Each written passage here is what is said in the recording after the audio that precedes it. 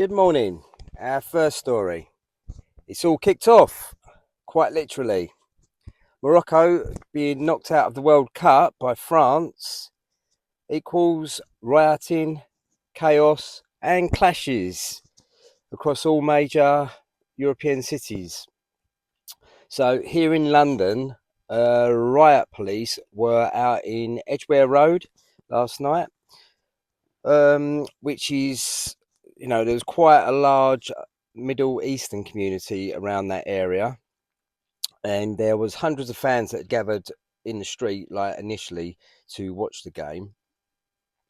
After the game, after the loss, there were hundreds of fans. Then they decided to not take the game well. They started letting off flares and fireworks, blocking the traffic, climbing the traffic lights. There was one police officer that was actually injured, and then there was 4 arrests that were actually made as well. It carried on with bottles. They started being thrown as well, and I believe that was the injury that was caused to the officer. It was a bottle being thrown, hit him on the head, and he went to hospital with those injuries. Um, Trade unionist Paul Embry had said, "This is the downside of abandoning and overworking national culture and turning the country and capital city into something that's resembling an international terminal. Diversity is not our strength. It is, in many respects, our greatest challenge."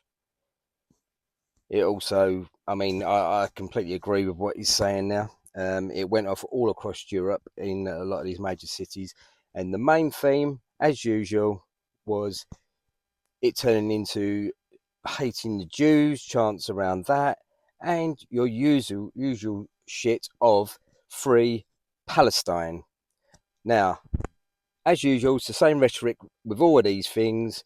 They all come out, Middle Eastern and lefties or anyone like this, and it's got to be the free Palestine. If you don't like it, go over to Palestine and sort it out. End of. Right. Second story. Britons have been urged to stockpile food supplies, and this is amid fears that the nation will be shut off from the rest of the world if there's a war. The Labour peer, Lord Harris of Haringey, has warned that the UK lacks as a large stockpile of strategic raw materials to improve national resilience.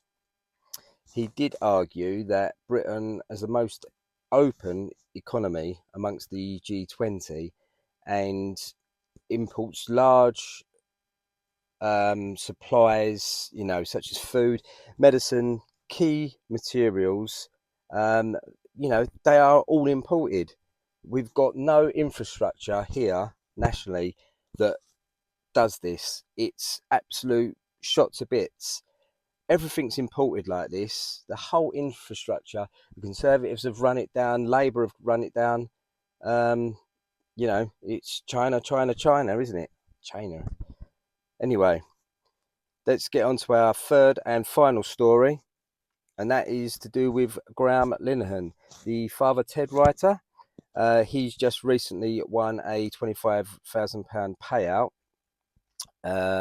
This was after last September, the ridiculous armed guard arrest when he landed at Heathrow Airport.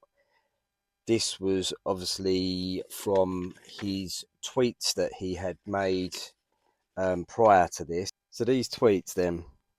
So if a trans-identifying male, is in a female-only space, he is committing a violent, abusive act. And one of the other ones was, well, to go follow on from that, was make a scene, call the cops, and if all else fails, punch him in the balls. Now, he's a big advocate for women's rights, which, it's a no-brainer, really, isn't it? Why aren't people, especially women,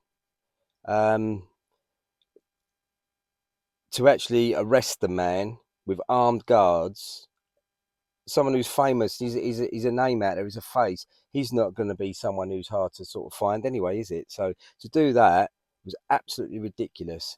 That £25,000 payout actually is something that is there to cover 10 years of harassment of what he's gone through. So it's pittance really, but all for this craziness of him picking out factual things of this lunacy that is going on. That's the end of the morning brief. Say it straight.